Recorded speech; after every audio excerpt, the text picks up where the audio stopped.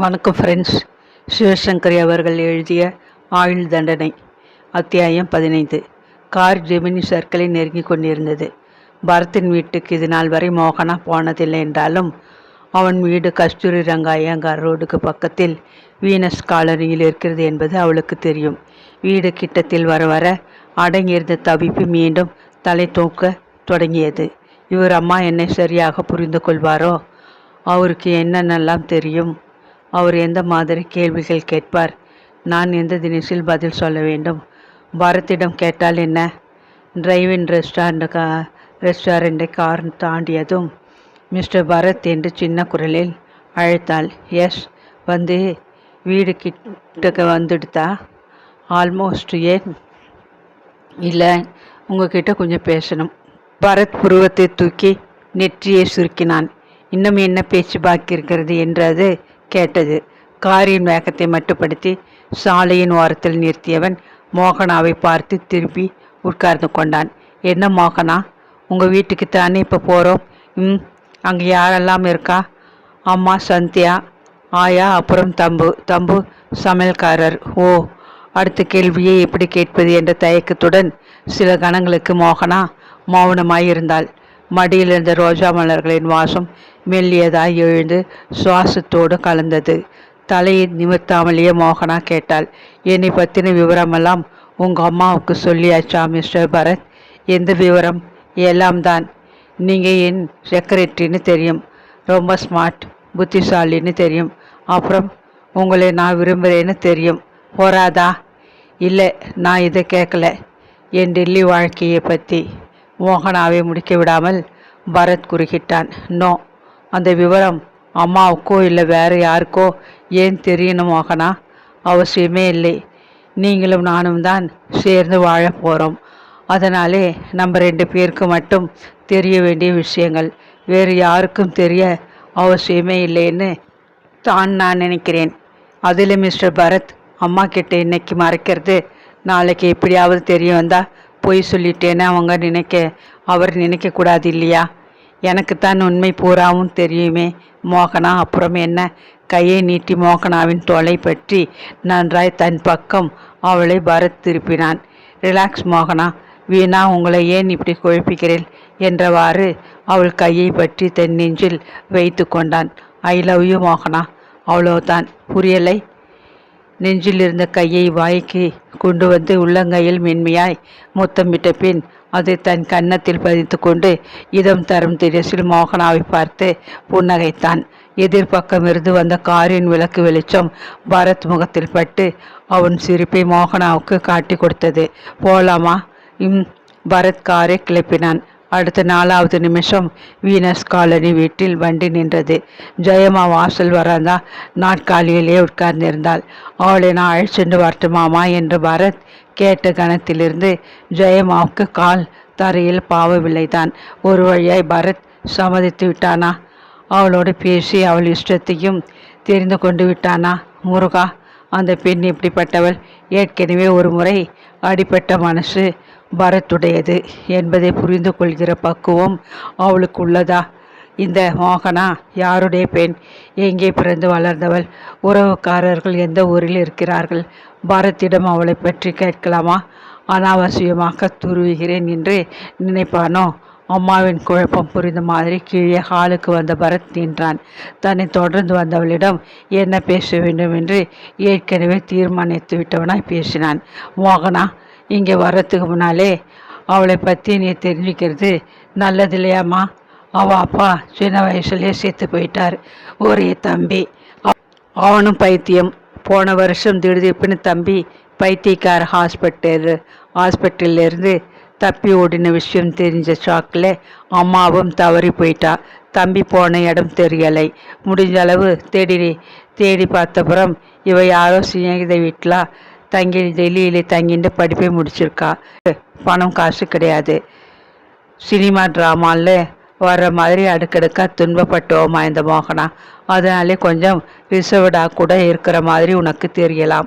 நீ அவளை சரியாக புரிஞ்சிப்ப. அனாவசியமாக எந்த கேள்வியும் கேட்க மாட்டேன். அவள் சகஜமாக ஆரம்பத்தில் பழகாமல் இருக்கிறதே தப்பாக எடுத்துக்க மாட்டேங்கிற நம்பிக்கை எனக்கு இருக்குது. என்னம்மா? ஜெயம்மாவுக்கு ரொம்ப கஷ்டமாய் இருந்தது. சின்ன பெண்ணுக்கு இத்தனை வேதனைகளா? பெற்றவர்கள் போய் கூட பிறந்தவன் பைத்தியமாகி யார் வீட்டிலும் தங்கி படிக்கும் அளவுக்கு இந்த பெண் வாழ்க்கையில் துன்பங்களா? ஐயோ பாவமே. நான் அவகிட்ட கேட்கறதுக்கு என்ன இருக்கு பரத்? உனக்கு அவளை பிடிச்சிருக்கு, எனக்கு அது ஒன்று போதும்ப்பா. நான் அவளை எதுவும் கேட்டு வேதனைப்பட வைக்க மாட்டேன். நீ தைரியமாயிரு. அம்மா சொன்ன வார்த்தையை காப்பாற்றுவாள் என்று பரத்துக்கு தெரியும். காரை விட்டு இவர்கள் இறங்கி 4 அடி எடுத்து வைப்பதற்குள் ஜெயமா எழுந்து வந்து விட்டாள். கண்ணெல்லாம் சிரிக்க வாய் நிறைய வாமா என்று அழைத்தாள். ஹாலில் நுழைந்ததும் ப்ளீஸ் சிட் என்றான் பரத். ஜெயமா உட்கார முன் தான் அமர்வது மரியாதை அல்ல என்பது போல மோகனா நின்று கொண்டிருக்கவே அவள் கையை பற்றி உட்காருமா என்று ஜெயமா தானும் அருகிலேயே அமர்ந்தாள். மோகனாவை பார்த்த ஜெயமாவுக்கு சந்தோஷமாய் இருந்தது. இத்தனை அழகையும் இத்தனை கம்பீரத்தையும் அவள் எதிர்பார்க்கவில்லைத்தான். ராஜவம்சத்தில் பிறந்த பெண் மாதிரி இது என்ன உயரம், செழுமை, அழகு! பரத்துக்கு எல்லா விதத்திலும் சரியான ஜோடிதான். பரத் அருமையான பெண்ணிடம்தான் மனசை பறி கொடுத்திருக்கிறான். 2 நிமிஷங்கள் போல தன் வருங்கால மருமகளை கண் சிமிட்டாமல் பார்த்து குதிகளித்த ஜெயமா இதோ வந்துட்டமா என்று சொல்லி உள்ளே எழுந்து போனாள். திரும்பி வந்தவளின் கையில் ஒரு குங்கும சிமிழ், 2 முழம் கெட்டியாய் தொடுத்த ஜாதிப்பூ. மோகனாவின் எதிரில் நின்று சிமிழை திறந்து நீட்டினாள்.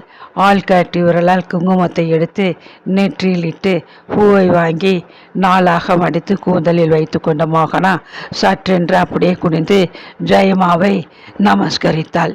தீர்க்க சுமங்கலியா இருக்கணுமா? வணங்கியவளை ஆசீர்வதித்து தூக்கிய ஜெயமாவின் கண்களில் நீரை கண்டது மோகனாவும் நெகிழ்ந்து போனாள்.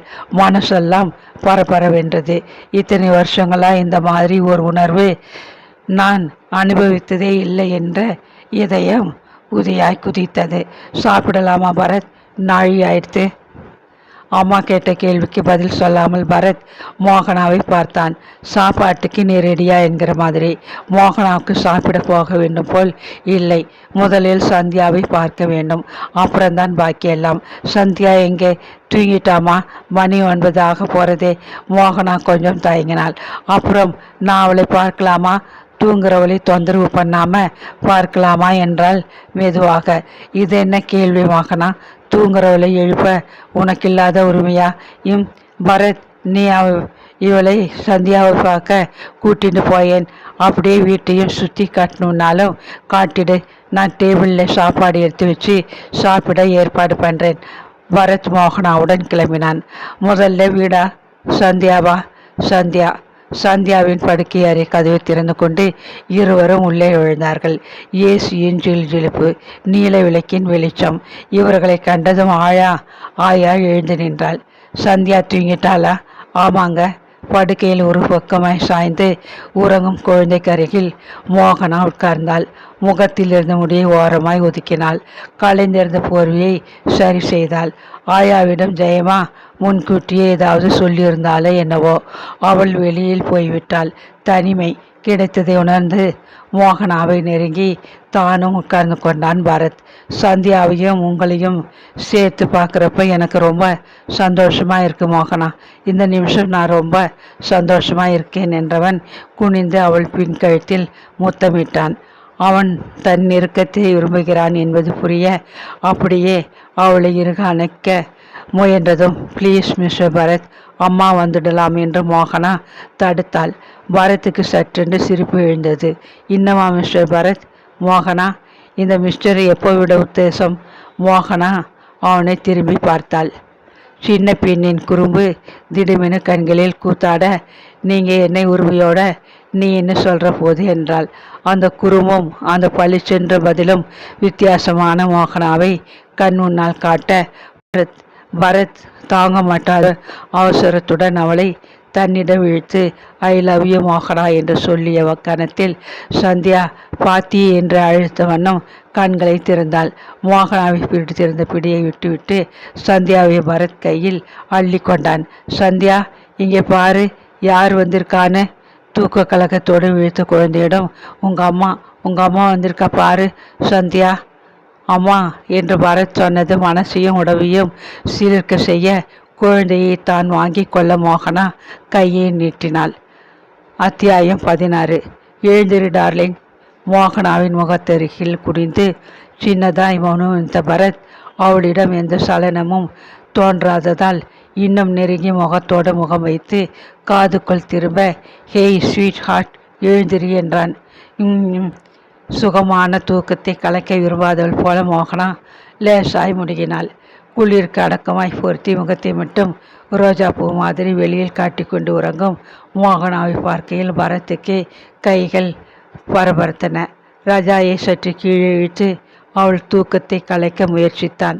சரியாய் 1/2 நிமிஷத்தில் குளிர்றது என்று மோகனா திரும்ப ரஜாயை மேலே இழுத்து கொண்டாள். பரத் விடுவதா இல்லை. எழுந்திரு டார்லிங், மணியாச்சு, கமான், வாக் போலாம், வா. கண்களை திறக்காமலே மோகனா பதில் சொன்னாள். ஐயோ, வாக்கா? நான் வரலை, ஆளை விடுங்கோ. வாக் போக இதுவா நேரம்? மத்தியானம் 3 மணிக்கு வாக் போகாமல் ராத்திரியா போவா? இது மெட்ராஸ் இல்லை மோகனா, ஊட்டி. Come on, getup. வேண்டாம் பரத், தூக்கம் வர்றது. கேட்குறவ சிரிக்க போகிறா. மத்தியானம் 3 மணிக்கு யாராவது எப்படி தூக்கம் வருதுன்னு சொல்வாளா? ராத்திரி தூங்க விட்டா தானே? பரத் குரலை தழைத்து கொண்டான். ஏன் தூங்கலை மோகனா? ஒரு கண்ணை மட்டும் திறந்து கணவனை மோகனா பார்த்தாள். இவருக்கு என்ன பதில் சொல்வது? சதா வாயை கிண்டி சீண்டி கொண்டே இருக்கும் குறும்பை இத்தனை நாட்களாக எங்கே ஒழித்து வைத்திருந்தார்? நினைத்ததை வெளியில் சொன்னால் மோகனா. உங்ககிட்ட வாயை கொடுக்க நம்மாலே ஆகாதப்பா. சற்றென்று பரத்தின் பதில் வந்தது. வாயை கொடுக்க கல்யாணங்கிற லைசன்ஸ் வாங்கியாச்சே, அப்புறம் கொடுக்க மாட்டேன்னா எப்படி? பரத் எந்த அர்த்தத்தில் பேசுகிறான் என்பது புரிந்து போக, my God, you are the limit என்று சொன்னபடி அவன் மார்புக்குள் அவள் புகுந்து கொண்டாள். தன் ஆசைக்கு வெகு சமீபத்தில் இருந்த மோகனாவின் தலைமுடியில் முகத்தை பதித்து கொண்ட பரத்துக்கு சந்தோஷமாக இருந்தது. 25 நாள்களுக்கு முன் 25 நாள்களுக்கு முன் மோகனாவை தன் வீட்டுக்கு அம்மாவையும் சந்தியாவையும் சந்திக்க அழைத்து சென்றபோது கூட இத்தனை சுருக்கை விலை மார்பில் இப்படி கிடைத்தி கொள்ள உரிமை பெற்று விடுவோம் என்று அவன் நம்பவில்லை. வேலை காலம் வந்தால் அது தானாய் நடக்கும் என்று அம்மா சொல்வது போல இதுவும் நடந்து விட்டதா? அன்றைக்கு வீட்டுக்கு வந்து போன மோகனா மறுநாளும் வந்தாள். அப்புறம் மறுநாள், அதற்கடுத்த நாள் என்று தினம் தினம் மோகனாவிடம் என்ன காந்த சக்தியை சந்தியா உணர்ந்தாலோ, சாதாரணமாய் வேற்று மனுஷர்களிடம் கொஞ்சம் யோசிக்கும் குழந்தை மோகனா விரித்த கைக்குள் சுவாதீனத்துடன் தாவினாள். 2 நாள்கள் காரில் பீச், காந்தி மண்டபம் என்று போய் வந்த பிறகு சந்தியாவுக்கு ஆயா சாதம் ஊட்டுவது நின்று போயிற்று. மோகனா சந்தியாவிடம் முழுக்க முழுக்க வித்தியாசமான மோகனாவாக பழகியதாய்த்தான் பரத்துக்கு தோன்றிற்று. காக்கா கதை வேணுமா, குருவி கதை வேணுமா, பாபு கதை வேணுமா என்று சந்தியாவின் வாழ்க்கையிலேயே பேசிக்கொண்டு மோகனா அவளோடு தன்னை ஐக்கியப்படுத்தி கொள்ள முனைந்ததற்கு கைமேல் பலன். முழுசாய் 1 வாரம் போவதற்குள் எதுக்கெடுத்தாலும் அம்மா வேண்டும் என்று சொல்லும் அளவுக்கு சந்தியா மாறி போனாள். பாத்தியா பரத், சின்ன வயசுக்காரிக்கிட்டே குழந்தை எப்படி ஒட்டிக்கிறது? இதுக்கு தான் முக்கியமாக ஒருத்தி வரணும்னு நான் ஆசைப்பட்டேன். அந்த குழந்தைக்கு சரியாக பேச, விளையாட, மனசுக்கு பிடிச்ச தினசரி நடந்துக்க எனக்கு எங்கே தெரிஞ்சது? ஒரே வாரத்தில் இவளும் அவளும் இப்படி ஒட்டுன்ட்டா பார்த்தியா? மோகனாவும் இந்த பெண் மேலே உசுரா இருக்கா. அது பகவான் நமக்கு கொடுத்த ஆசீர்வாதம். என்னமோ எல்லோரும் நல்லா இருக்கணும், வேற எனக்கு ஒன்றும் வேண்டாம். மோகனாவை ஹாஸ்டலில் இறக்கி விட்டுவிட்டு பரத் வீடு திரும்பிய ஒரு நாள் இரவு 11 மணி அளவில் மாடிக்கு போய் மகனோடு பேசிய ஜெயமா தன் சந்தோஷத்தை அவனிடம் வெளியிட்டாள். அம்மாவின் அப்பாடா என்ற உணர்வை பரத்தால் புரிந்து கொள்ள முடிந்தது. கடந்த சில நாள்களாய் மோகனாவையும் சந்தியாவையும் பார்த்து பார்த்து அவர்களின் ஆழ்ந்த பாசத்தை கண்கூடாய் அனுபவித்து விட்டதால் அம்மாவின் இந்த நிம்மதி அவனுக்கு நன்றாகவே விளங்கியது. பழக தொடங்கிய 10 நாள்கள் போல ஆன பிறகு பரத்தின் ஆதங்கம் புரிந்த தினசில் ஜெயமாவின் அனுமதியோடு சந்தியாவை பியூட்டி பார்லருக்கு மோகனா அழைத்து சென்றாள். அவர்களுக்காக காரில் காத்திருந்த பரத் 1/2 மணி கழித்து வெளியில் வந்த சந்தியாவை பார்த்து பிரமித்து போனான். நெற்றியில் ஃப்ரிஞ்ச், கழுத்தோடு வெட்டப்பட்டு ஸ்டாம்பு செய்த பிரஷ் பண்ணிய புசு புசு தலைமுடி. ஷியாமின் பெண்ணை பார்த்து மனசுக்குள் ஏங்கிய சந்தியாவின் பிம்பம். முதல் நாள் தான் வாங்கி வந்திருந்த பினஃபோர் உடையை ஞாபகமாய் கையில் எடுத்து வந்த மோகனா பார்லர்லி குழந்தைக்கு மாற்றியிருந்தாள். சந்தியா தானா இது? அரை மணியில் இப்படி அடியோடு மாறி போனது சந்தியா தானா? பரத்துக்கு மட்டுமில்லை, ஜெயமா, ஆயா, அப்புறம் பார்த்தவர்கள் அத்தனை பேருக்கும் ஆச்சரியமான ஆச்சரியம். வெள்ளைக்கார விட்டு குழந்தை மாதிரி நம்ம பாப்பாவை அம்மா மாற்றிட்டாங்களே என்றாள் ஆயா. இந்த சந்தியாவா இல்லை செல்லுலாயிட்டு பொம்மையா என்றான் தம்பு. ஓ, she is lovely, so pretty என்றான் பரத். குழந்தைக்கு என் கண்ணே பட்டுடு போல இருக்கம்மா. ஊர் குழந்தைகளை எல்லாம் இப்படி தினுசு தினுசான அலங்காரத்தில் பார்க்குறப்ப இவளை பெத்தவ இருந்தால் இவளையும் இப்படித்தானே சிங்காரிப்பான்னு நினச்சி ஆத்தாமைப்படுவேன். இப்போ நீ வந்துட்ட, என் ஏக்கம் தீர்ந்தெடுத்து மோகனா என்றால் ஜெயமா கண்கள் கலங்க. மேற்கொண்டு 4 நாட்கள் ஆன பிறகு வர்ற புதன்கிழமை முகூர்த்த நாளாக இருக்கு. அன்னைக்கு சுவாமி சன்னிதானத்திலே கல்யாணத்தை வச்சுக்கலாமா என்று ஜெயமா கேட்டதற்கு பரத் மோகனாவும் சம்மதித்தார்கள். ஆடம்பரம், அமர்கலம், பணக்காரத்தனம் ஓஹம் ஒன்றுமில்லை. கபாலீஸ்வரருக்கு ஓர் அர்ச்சனை, கற்பகாம்பாளுக்கு ஓர் புடவை, உண்டியலுக்கு 1001 ரூபாய்.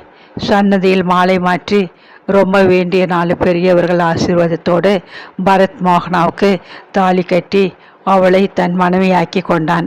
சக்கரவர்த்தி அண்ட் அசோசியேட்ஸின் சீனியர் பார்ட்னர்கள் 4 ஷியாம், ஜெயமாவின் ஒன்றுவிட்ட சகோதரன் என்று அன்று பகல் விருந்துக்கு 25 பேர்கள் வந்திருந்தனர்.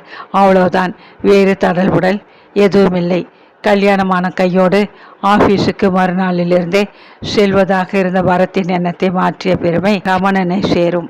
மோகனாவை பரத் மணக்கப் போகும் செய்தியை அறிந்த பின்னர் தன் மனப்பூர்வமான வாழ்த்துக்களை உடனடியாக தெரிவித்துவிட்டு 2 நிமிஷங்கள் ஏதோ யோசனை செய்தவர் மேலே பேசினார். கல்யாணமானதும் மோகனாவை வேலையை விட்டு நின்றுவாளா? இல்லை சார், தொடர்ந்து வேலை பண்ணுறது தான் நல்லதுன்னு நான் நினைக்கிறேன். உங்கள் அபிப்பிராயம் என்ன சார்? மோகனாவோட இஷ்டம். என்ன பரத்? அவள் ஒன்றும் சொல்லலை. ஆனால் அம்மாவும் நானும் அவள் மேற்கொண்டு 1 வருஷமாவது வேலை பண்ணுறது தேவலை. உடனே அவள் சூழ்நிலையை அடியோடு மாற்றுறது நல்லதில்லையேன்னு நினைக்கிறோம். சந்தியாவும் அவளும் ஒருத்தர்கிட்ட ஒருத்தர் ரொம்ப பிரியமாக இருக்கா. ஆனாலும் வேலையை விட்டு விட்டு வீட்டிலே இருந்தால் மோகனா பொழுது போகாமல் கஷ்டப்படலாம். வீட்டிலே எல்லாத்துக்கும் ஆள் இருக்கா. ஆமாம், அம்மா வேற எல்லாத்தையும் விட ஒரு நல்ல செக்ரட்டரியாக இழுக்க எனக்கு இஷ்டம் இல்லை சார். ரமணன் சிரித்தார். ஆஃபீஸ் நேரத்திலையும் பொண்டாட்டியை கூடவே வச்சுக்கணும்னு ஆசைப்படுறேன் ஜமாய். ஆனால் அதுக்கு இத்தனை நொண்டி சாக்கு. பரத் வைக்கப்பட்டான். அது சரி, மறுநாளே வேலைக்கு வர போகிறோம்னு சொல்கிறியே, இது எனக்கு சரியாக படலை. 1 வாரம் லீவு போட்டுட்டு அவளை ஹனிமூனுக்கு அழைச்சிட்டு போ. ஒருத்தர் சரியாக புரிஞ்சுக்க அந்த 1 வாரம் உதவும். பரத், மோகனா சின்ன பொண்ணு, நீ அதை ஞாபகம் வச்சுக்கணும். ரமணின் விருப்பப்படி கல்யாணமான ஒரு நாள் காலை காரில் ஊட்டிக்கு மோகனாவோடு பரத் கிளம்பினான். ஹனிமூனா? எதுக்கு பரத்? வேண்டாம் ப்ளீஸ், நோ. மோகனா விடாமல் மறுத்ததை காதில் போட்டு கொள்ளாமல் பரத் புறப்பட்டு வழிநெடுக 18 வயசு பையனாகத்தான் மாறியதும் அல்லாமல் மோகனாவையும் மாற்றினான். 4 நாள்கள் ஓடின ஓட்டம் தெரியவில்லை. சிரிப்பு சிரிப்பு சிரிப்பு. எதுக்கெடுத்தாலும் இப்படி சிரிப்பது சாத்தியமா? எதற்கெடுத்தாலும் இப்படி பரவசப்பட்டு போவது சாத்தியமா? மோகனாவின் கூந்தலில் பதிந்திருந்த முகத்தை பரத் தூக்கினான். தன் தோள்களில் புதைந்திருந்த மோகனாவை அலக்காய் புரட்டினான். மோகனாவின் தூக்கம் கலைந்து விட்டிருந்தது. கண்களை அகல விரித்து கொண்டு சிரித்தவளின் முகத்தில் கொஞ்சம் வெட்கம், கொஞ்சம் சிரிப்பு. என்ன சிரிப்பு டார்லிங்? ஒன்றுமில்லை. அதெல்லாம் முடியாது, சொல்லித்தான் ஆகணும். நீங்கள் கொஞ்ச நாளை முன்னாடி விதண்டாவாதம் பண்ணினதை நினைச்சிட்டேன். எதை? வாயை கொடுக்கறதையா? மோகனா பதில் சொல்லாமல் சிரித்தாள். வாய் மட்டும் சிரிக்காமல் கண்களும் வளர அவள் சிரித்தவுடன் ஹே என்றான் பரத் வியப்புடன். நீ இப்போ சிரிச்சப்போ நளினி மாதிரியே இருந்த மோகனா. அவள் இப்படித்தான் மலர மலர சிரிப்பா. என்ன அதிசயம்! அவளுக்கும் உனக்கும் எதுவுமே சம்மந்தம் இருக்காதுன்னு நான் நினைச்சேன். ஆனால் இப்போ ஒரு கணம் நீ அவளை மாதிரியே சிரிச்சதும் நான் அசந்து போயிட்டேன் என்று சொல்லி மோகனாவை முத்தமிட்டான். கடந்த ஒரு வாரத்தில் பரத் நளினியை பற்றி பேசி மோகனா அடிக்கடி கேட்டுவிட்டாள். விற்றென்று எந்த பெண்ணாவது கார் ஓட்டி சென்றால் நளினி இப்படித்தான் ஓட்டுவாள். கலகலவென்று சந்தியா சிரித்தால் நளினி இப்படித்தான் சிரிப்பாள். மஞ்சள் கலர் புடவை உடுத்தினால் இது நளினிக்கு பிடித்த நிறம், உனக்குமா? எதற்கெடுத்தாலும் இவர் அப்படி நளினி நளினி என்பது என் மனசை உறுத்துகிறது என்பது இவருக்கு ஏன் புரியவில்லை? கொஞ்சம் நாள்களாவது குறைந்தது நானும் இவரும் இன்னும் மனசாலும் எண்ணத்தாலும் நெருங்கும் வரையிலாவது நளினி பேச்சை அதிகம் பேசாமல் இருப்பது நல்லது. இவர் ஏன் உணரவில்லை? ஆயுஷுக்கும் எந்த விஷயத்திலும் இவர் நளினியோடு என்னை ஒப்பிட்டே பார்க்க போகிறாரா? நினைப்புகளை கஷ்டப்பட்டு ஒதுக்கி தள்ளிய மோகனா கணவனை பார்த்து, ஓகே, நான் எழுந்து ட்ரெஸ் பண்ணிக்கிறேன், வாக் போகலாம் என்றாள்.